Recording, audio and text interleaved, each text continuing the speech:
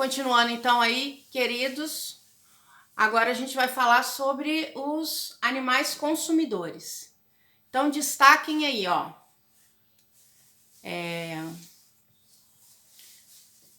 Diferente dos organismos produtores, os seres vivos, consumidores, não são capazes de realizar a fotossíntese e a alimentação dos consumidores dependem de outros seres vivos, ok? Então, os seres que se alimentam dos produtores, são chamados herbívoros. A gente viu isso no bimestre passado, que os herbívoros são os animais que se alimentam de vegetais e frutas. Vamos continuar marcando aí, ó. Os que se alimentam de outros animais são chamados de carnívoros, ok? E aqueles que se alimentam tanto de plantas quanto de outros animais são os onívoros. Só que agora a gente vai aprender mais que tem um grupo que se alimenta de restos de animais e de plantas, os detritívoros, ok? Então a gente tinha aprendido 3 e agora a gente vai aprender 4, ok? Um grupo que se alimenta de restos de animais e de planta, os detritívoros. Vamos dar uma olhadinha na figura aí, ó. Temos aí, temos aí a figura da cabra, ok? Comendo vegetal. Então a cabra é um herbívoro. A aranha tá comendo a mosca, então é um carnívoro. Depois temos aí o macaco, que é onívoro. Temos o urubu, que é detritívoro, ok? Porque eles se alimentam de animais que estão em decomposição. Continuando aí, ó. Decompositores. Depois vocês leiam aí o igual ou diferente, tá? Decompositores. Vamos ver aí. Os decompositores também são capazes de produzir seus próprios alimentos, destaquem aí, se alimentam de partes ou restos de outros seres vivos quando estão mortos, ok? Os decompositores, então, se alimentam de parte ou restos de outros seres vivos quando estão mortos. Então, ó, tá escrito aí, ao se alimentar, os decompositores liberam para o meio ambiente importantes substâncias que estavam nos restos dos seres vivos e que passaram a ser reaproveitados por outros seres. As plantas, por exemplo, utilizam essa substância depois que elas são incorporadas no solo. Vamos destacar aqui, ó, fazem parte do grupo dos decompositores as bactérias e os fungos. Continue marcando. Esses seres vivos são bastante diversos e microscópicos, ou seja, não são visíveis a olho nu. A gente não enxerga ele, tá, gente? As bactérias e os fungos, no caso dos vírus também. Ó, então, ó, alguns fungos podem se unir fisicamente e formar colônias com estruturas maiores, tornando-se facilmente visíveis, ok? Esse é o caso dos fungos que se formam nos alimentos que estão fora do seu prazo ideal de validade. Que às vezes a gente compra algum produto, deixa armazenado de forma inadequada, né? E acaba criando aquele bolor, tá? Aquele fungo. Então, vamos destacar aqui, ó. Nem todos os fungos são microscópicos. Alguns desenvolvem estruturas facilmente visíveis a olho nu. Então, tá aí o exemplo que a gente vê a olho nu. O cogumelo orelha de pau, tá? E esse tipo de fungo geralmente são encontrados em florestas, campos e pastos, ou seja, em ambientes com umidade, calor e oxigênio. Então, olha só, vamos destacar só esse pedacinho aqui, ó.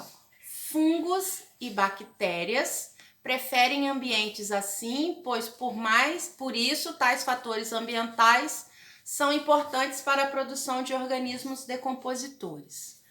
Vamos ver aí o exemplo aí que a gente tem na apostila. O mofo ou bolor, que podemos observar em alimentos, geralmente passados do tempo de validade. São, na verdade, um grupo de fungos de colônia, tá? O da laranja aí, ó, começa branquinho e depois já tá até verde, ó. E depois o cogumelo orelha de pau no tronco de uma árvore. Agora é a sua vez. Vocês vão observando os decompositores. Então, como vocês viram aí, os fungos podem se agrupar e formar estruturas pequenas possíveis de serem visualizadas a olho nu. Nessa atividade, vamos observar alguns fungos decompositores e compreender um pouco mais sobre eles. Então, aqui está pedindo para vocês 4 potes de vidro transparente. Quem não tiver vidro, gente, pode fazer com saquinho de mercado que também dá certo, ok? Peguem 4 saquinhos daquele que a gente coloca legumes no mercado. Quem tiver aquele de zíper de abrir e fechar também dá. 4 fatias de pão de forma, 2 bolinhas pequenas de algodão e água, tá? E vocês vão etiquetar direitinho. Então, tá explicando aí como fazer, ok? Aqui, ó, o exemplo que a gente vê do livro é porque tá no vidro, mas vocês podem estar fazendo no saquinho plástico, igual eu falei. Então, façam essa experiência, tá? Tá todas as instruções aí, ó. A cada 2 dias você deve observar o pote ou o saquinho, se você fizer no saquinho, e fazer anotações sobre a situação de cada um. Observe se o pão está com o mesmo aspecto, se apresenta coloração diferente e o que mais chamar sua atenção.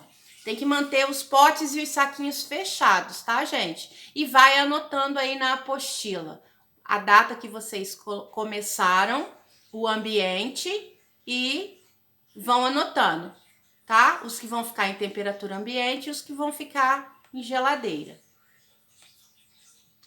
Depois vocês vão concluir, tá? Vai conversar aí com o papai, com a mamãe, com quem puder auxiliar vocês aí e responder, tá? E anotar as respostas no caderno, tá? Vão anotando direitinho e depois respondam as questões no caderno.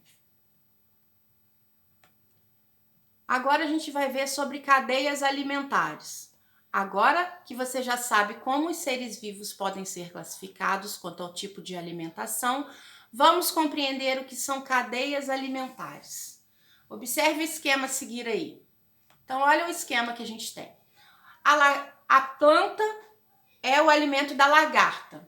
A lagarta serve de alimento para o pássaro. O pássaro serve de alimento para a cobra. Ok? E a planta se alimenta de fungos e bactérias. Então, as cadeias alimentares, vamos destacar aí, ó. As cadeias alimentares indicam a relação alimentar existente entre os seres vivos de determinado ambiente. Então, ao analisar, paramos aqui no ambiente, tá? Ao analisar a cadeia alimentar representada na imagem, podemos compreender como os seres vivos se relacionam, alimentando-se ou servindo como alimento. Vamos destacar também esse outro pedacinho aqui, ó. Existem formas de demonstrar uma cadeia alimentar. Então, há sempre um ser vivo produtor, consumidores e decompositores. E a relação entre eles é representada por meio de setas que apontam para quem está se alimentando. Então, vamos observar aqui o esquema da cadeia alimentar, do desenho aí, ó.